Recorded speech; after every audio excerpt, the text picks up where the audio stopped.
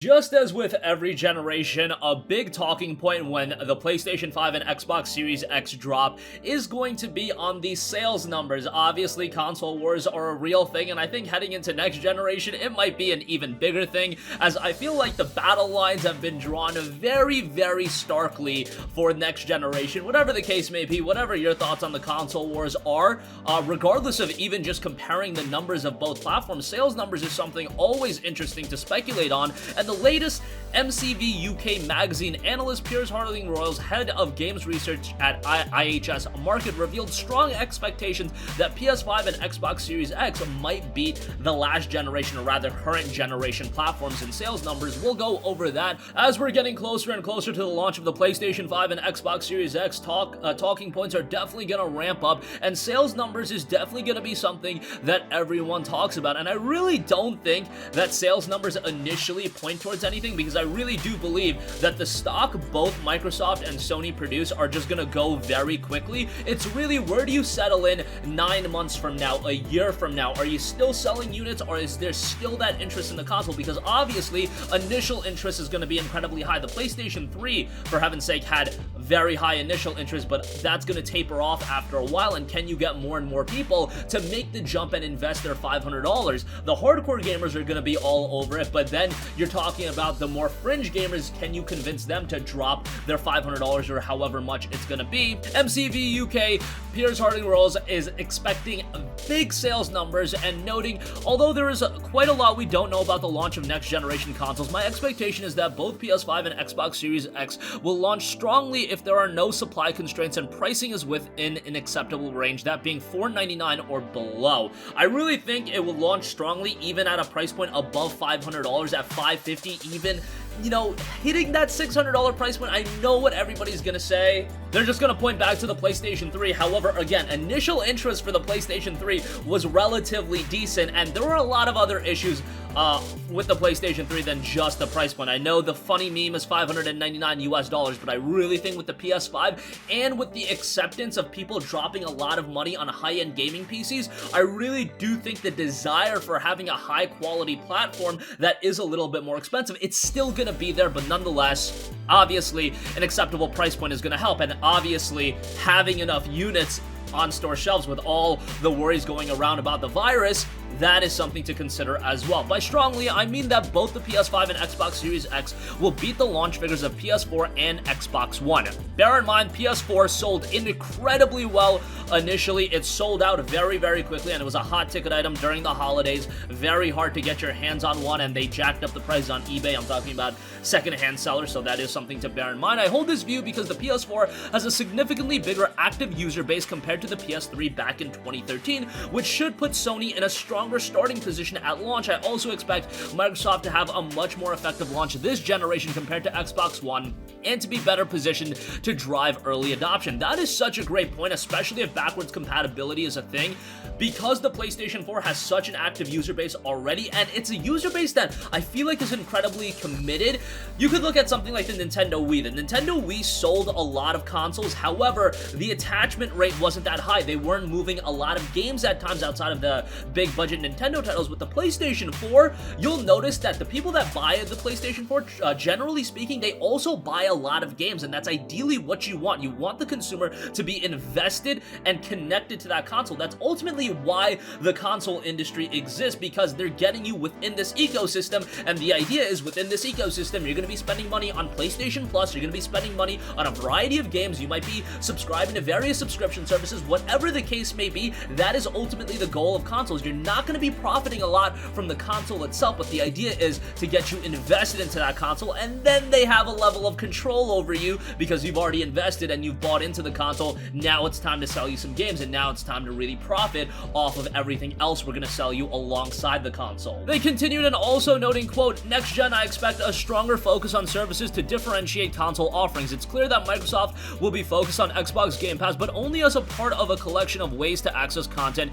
using different distribution and monetization methods. I do not expect a wholesale transition to subscription services. I also expect Sony to continue evolving PlayStation Now. How the platform holders blend their services together and how they are integrated as product offerings will play an important role in engaging consumers. I think that is incredibly important as well, because the PlayStation 4 this generation, it was just a stomp from an exclusive lineup standpoint. I'm telling you guys, you are foolish if you don't think Microsoft is going to iron those issues out heading into next generation. There's a reason why Microsoft, Phil Spencer, and everybody involved has been in this acquiring studios phase, and they've acquired the Obsidians of the world, Ninja Theory. They've made new studios. You think those studios are just chilling, making crappy games? No, that's not going to be the case at all. I would not expect years or months to go by where the next Xbox does not get a compelling first-party title. Now, I offer you that while also acknowledging the fact that there's a chance that these games are going to be cross-generational, and by the looks of it, they're all going to be available on PC as well, so you can make the argument that that's going to hurt the Xbox One Series X's sales.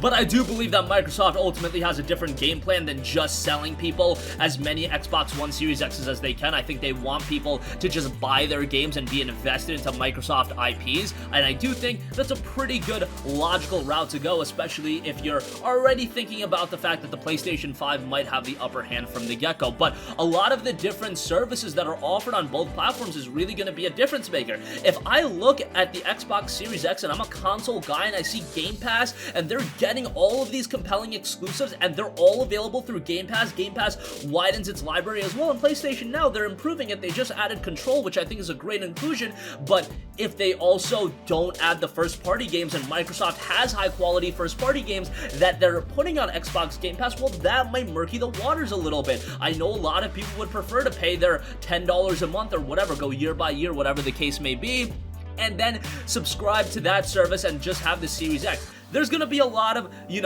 things that Microsoft does to improve their platform as a whole outside of just games. Games is going to be at the core, but I think that is just to be expected at this point. You gotta come out with the heavy hitter, high quality first party titles. That's a no-brainer. I think Sony's going to have that. I think Microsoft's going to have that. Now, what's going to differentiate one another in terms of selling more consoles and selling people to make the jump? If you were an Xbox guy, it's going to be a little difficult to get you to jump on over to the PlayStation 5, especially if backwards compatibility is in fact a thing, and I think at this point 99% chance it is.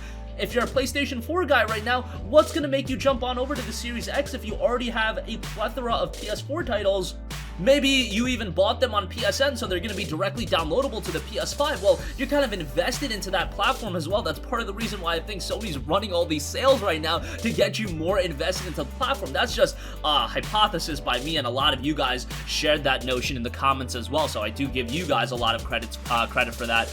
But nonetheless, very interesting, and I do expect both of these consoles to sell incredibly well. You look at the social media buzz, and obviously, you can't extrapolate a number of Instagram likes on a PlayStation 5 logo reveal to actual number of sold units, I should say, but it does mean something. I think the social media buzz does mean something, and I think this time around, both the Series X and the PlayStation 5 are going to have much more compelling launch lineups than the PlayStation 4 and Xbox One. Let's be real, the PlayStation 4 launch lineup was nothing to write home about. Killzone Shadowfall was a pretty big disappointment in my opinion. Knack wasn't anything to write home about. Drive Club got delayed. Resogun was really the star title, and how many people were buying the PS4 for Resogun? I love Resogun.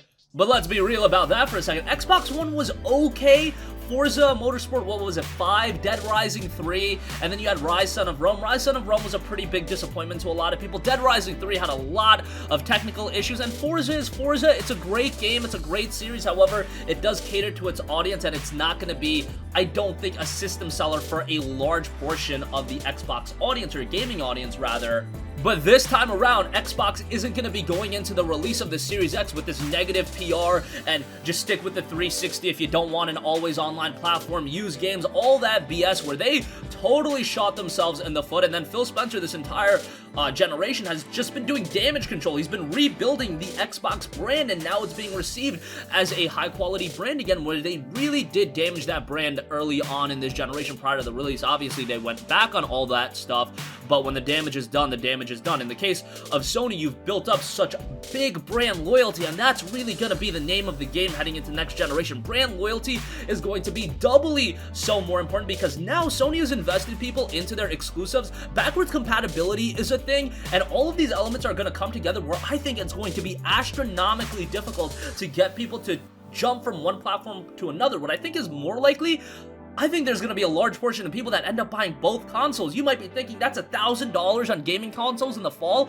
Yes, that's a lot of money, but I really do think there's going to be a large portion of people that are compelled by both platforms, and they're going to end up buying both of the consoles rather than more so people jumping from one platform to the other, because I think that's going to be, it's going to happen, but it's going to be very, very few and far between. That's where I'm coming at it from. But I am in absolute agreement that these consoles are going to blow the PlayStation 4 and Xbox One sales numbers out of the water, especially if there's a healthy supply available, and that's really what it's going to come down to. If the supply is there, the demand, I believe, is going to far supersede the supply, so I do think that's going to be a little bit of an issue, but that's why I say, when pre-orders open up, get your pre-orders in as soon as possible, or else you're going to be the guy going on eBay and looking at those disgusting prices from secondhand sellers. But that's going to conclude this video. Definitely want to hear what you guys think. Sound off with all of your thoughts in the comment section down below. Thank you for watching, and goodbye. Hey guys, we hope you enjoyed the video, and if you did, make sure to hit the subscribe button, and if you're already subscribed, do us a favor and hit the bell icon. This way you'll be notified whenever we post a new video. That's the best way to keep up with all of our uploads, and we usually try to upload 2 videos a day. And with the bell icon hit, you'll be notified whenever we do upload a video. As always, thanks for watching.